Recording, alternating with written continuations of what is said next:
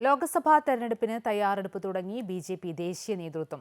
ലോക്സഭാ തെരഞ്ഞെടുപ്പ് പ്രഭാരിമാരെയും സഹപ്രഭാരിമാരെയും നേതൃത്വം പ്രഖ്യാപിച്ചു. കേരളത്തിന്റെ തെരഞ്ഞെടുപ്പ് പ്രഭാരിയായി പ്രകാശ് ജാവദേക്കർ തുടരും.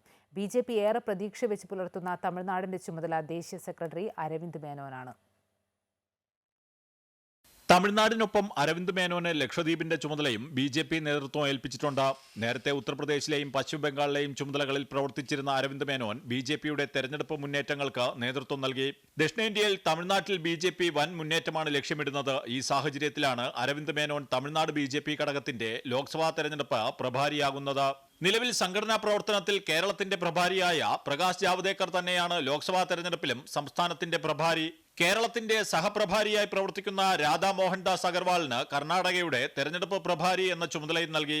ഉത്തർപ്രദേശിന്റെ ലോക്സഭാ തെരഞ്ഞെടുപ്പ് പ്രഭാരി ബൈജയന്ത് ജയ് പാണ്ഡെയാണ്. നിലവിൽ ബീഹാറിന്റെ ചുമതലയുള്ള ജനറൽ സെക്രട്ടറി വിനോദ് താവ്ഡേക്ക് തന്നെയാണ് ലോക്സഭാ തെരഞ്ഞെടുപ്പിലും ബീഹാറിന്റെ ചുമതല. പശ്ചിമബംഗാളിന്റെ പ്രഭാരി മംഗൾ പാണ്ഡെയാണ്. 23 ബി.ജെ.പി. ഘടകങ്ങളുടെ തെരഞ്ഞെടുപ്പ് പ്രഭാരിമാരെയാണ് പാർട്ടി അധ്യക്ഷൻ ജെ.പി. നദ്ദ തീരുമാനിച്ചത്. അമൃത ന്യൂസ്, ന്യൂഡൽഹി.